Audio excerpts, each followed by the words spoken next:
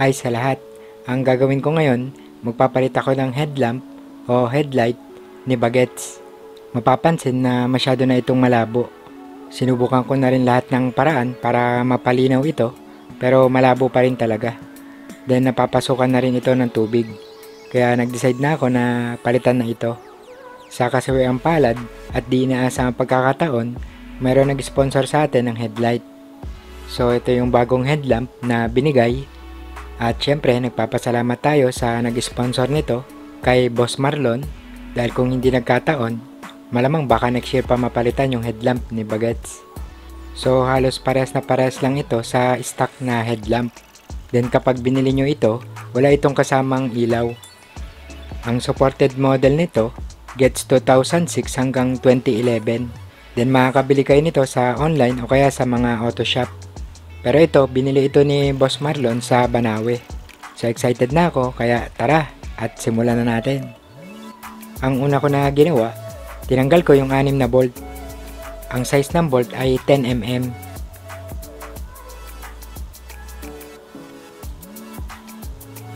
Sunod, alisin yung dalawang 10mm na bolt sa magkabilang ibabaw ng headlight. At alisin din yung 10mm na bolt sa magkabilang headlight sa loob ng cover.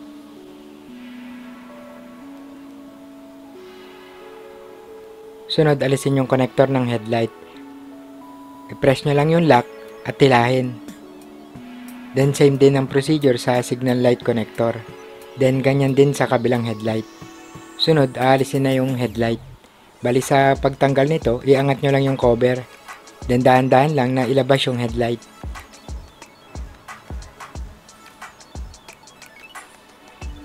Sunod, ililipat na yung mga ilaw sa bagong headlamp. So ang uunahin muna yung T10. Dito sa T10 na ceramic type, nagkaroon ako ng problema. Hindi ko ito maipasok ng sagad. Kaya ang ginawa ko, nagpalit ako ng ibang T10.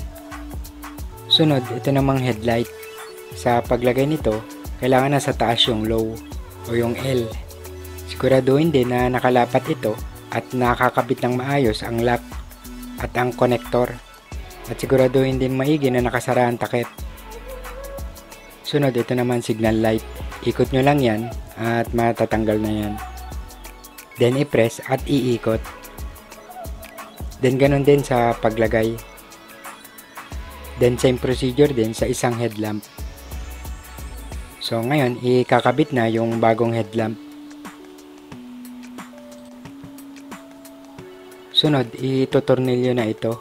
Siguraduhin na nakagitna yung butas ng pagtutornilyuhan para pantay.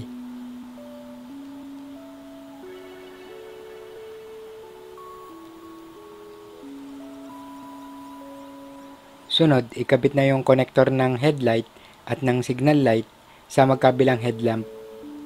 Then sunod, i-testing muna ito. Then kapag okay na, ibalik na yung 6 na tornilyo.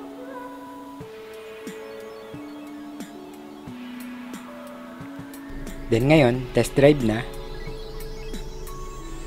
Low beam. Then high beam. So okay na okay. Sa tingin ko wala na akong i-adjust pa dito.